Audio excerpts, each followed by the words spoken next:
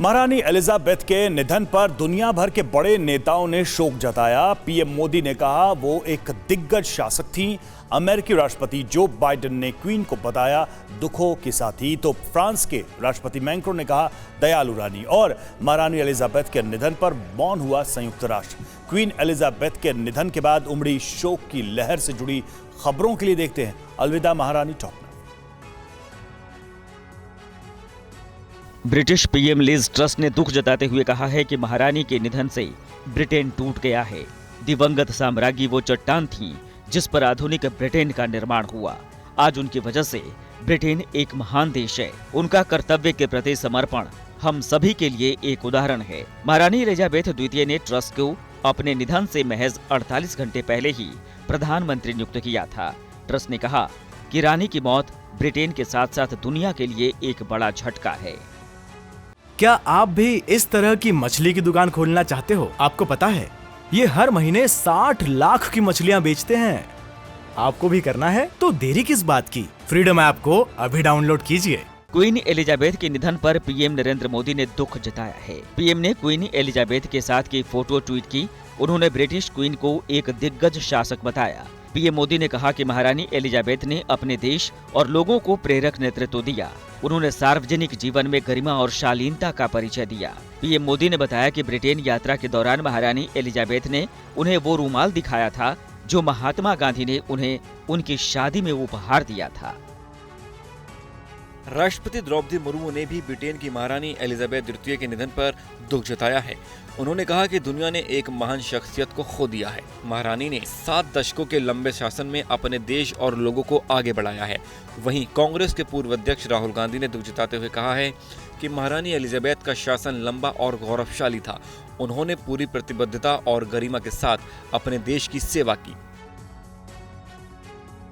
महारानी के निधन पर दुनिया के कई बड़े लीडर्स ने दुख जताया है।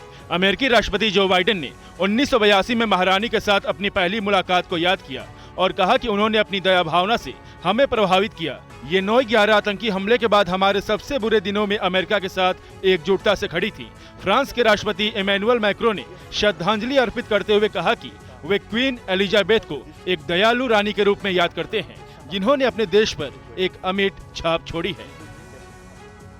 ब्रिटिश क्वीन के निधन पर ईसाइयों के सर्वोच्च धार्मिक गुरु पोप फ्रांसिस ने शोक जताते हुए कहा कि ब्रिटेन और राष्ट्रमंडल की भलाई के लिए उन्होंने जो किया वह अतुलनीय है। अपने कर्तव्य के प्रति उनका समर्पण असाधारण था। वहीं रूस के राष्ट्रपति व्लादिमीर पुतिन ने दुख जताते हुए कहा कि महारानी एलिजाबेथ ने दुनिया भर में प्यार, सम्मान और वैश्विक मंच पर अधिकार हासिल किया था। संयुक्त राष्ट्र महासभा और सुरक्षा परिषद के सदस्यों ने महारानी एलिजाबेथ के निधन पर 1 मिनट का मौन रखा। इस दौरान सभी सदस्य महारानी के सम्मान में अपनी अपनी जगह पर खड़े हो गए।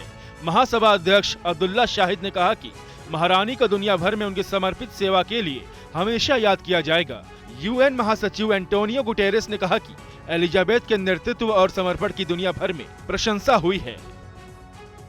ब्रिटेन की महारानी रहते हुए एलिजाबेथ द्वितीय ने 3 बार भारत की यात्रा की थी। उन्होंने 1961, 1983 और 1997 में भारत का दौरा किया था।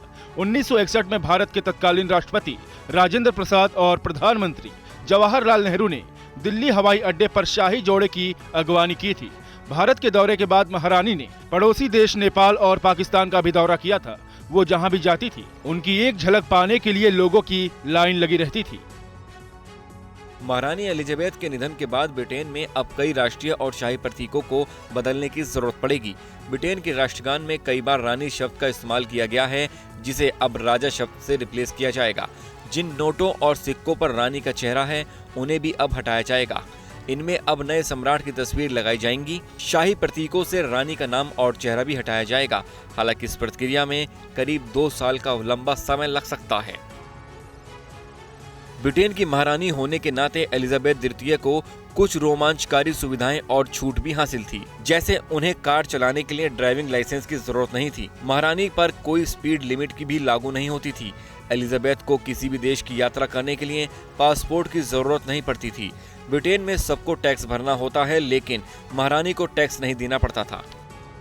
क्या आप भी इस तरह की मछली की दुकान खोलना चाहते हो? आपको पता है ये हर महीने 60 लाख की मछलियां बेचते हैं। आपको भी करना है तो देरी किस बात की। फ्रीडम ऐप को अभी डाउनलोड कीजिए।